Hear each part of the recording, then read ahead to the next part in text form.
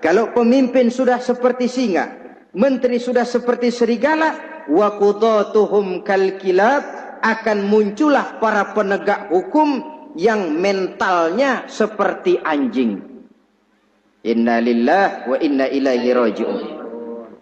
Penegak hukum yang mentalnya seperti anjing itu. Anjing, saudara lihat, anjing akan setia kepada siapa saja yang memberinya daging.